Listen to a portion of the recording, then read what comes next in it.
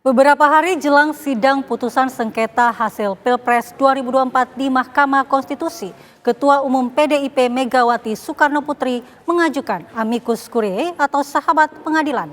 Lantas, apakah pengajuan amicus curiae dari Megawati dalam sidang MK berpotensi menjadi bahan pertimbangan Majelis Hakim MK dalam mengambil putusan sidang sengketa?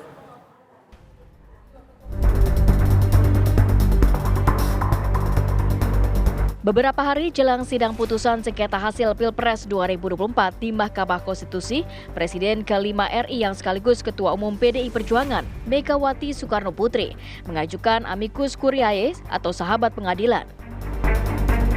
Pengajuan itu disampaikan oleh Sekjen PDI Perjuangan Hasto Kristianto, Ketua DPP PDIP Jarod Saiful Hidayat, dan tim kuasa hukum TPN Todung Mulya Lubis.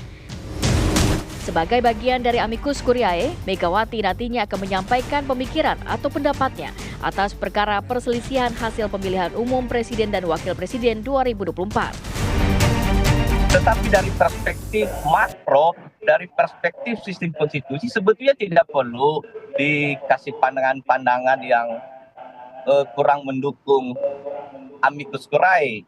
Nanti toh juga Hakim Mahkamah Konstitusi yang menilai. Tapi sesungguhnya kalau dilihat Ibu Megawati sebagai warga negara, beliau pernah memimpin bangsa dan negara Indonesia sebagai presiden pada saat pembentukan Mahkamah Konstitusi.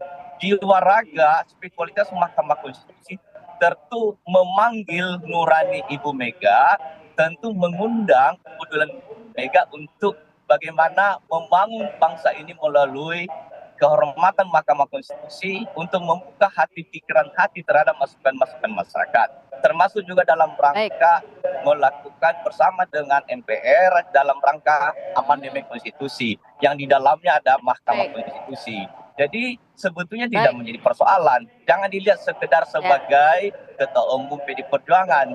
Kalau melihat narasi substansi konstruksi yang disampaikan oleh Ibu Mega, baik dalam bentuk tulisan di media harian Kompas maupun surat resmi ke MK sebagai sahabat pengadilan, tidak ada kata-kata dan kalimat yang bersifat partisan, tetapi benar-benar bersifat penergawanan.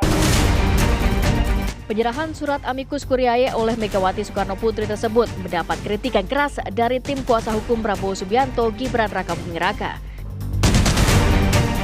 Saya agak bingung juga dengan pengajuan amicus curiae oleh pihak yang memang merupakan bagian inti dari paslon, ya.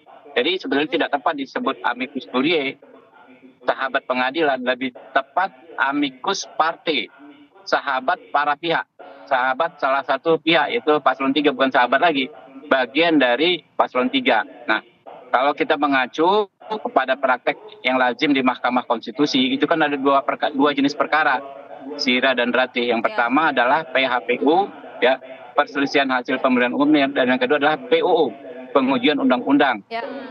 Amicus curiae ini, ya, kalau dipraktekkan lebih mungkin di PUU, pengujian undang-undang, karena sifatnya, ya, pengujian undang-undang itu kan tidak ada sengketa antar pihak, ya.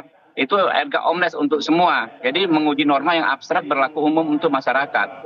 Sementara kalau amicus curiae, PHPU, perselisihan hasil pemilihan umum, itu sifatnya inter partes, artinya antar dua pihak yang bersengketa. Sehingga inisiatif hakim, ya, itu lebih minim untuk mencari bukti, mencari keterangan ahli dan lain sebagainya. Secara teknis by dokumen mungkin saja kertasnya itu diterima, tetapi kami yakin, ya, Majelis Hakim Mahkamah Konstitusi itu kan taat azas, ya, bahwa yang dicari itu adalah kebenaran faktual, fakta-fakta.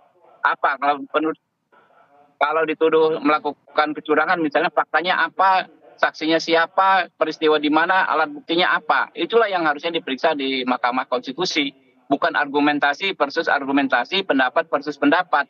Nah, kalau PHPU itu faktual, bukan norma abstrak, sehingga menurut saya, ya, apapun isi dari amicus curiae dan kita sudah baca melalui media, menurut saya sih itu pasti akan dikesampingkan, ya, akan dikesampingkan.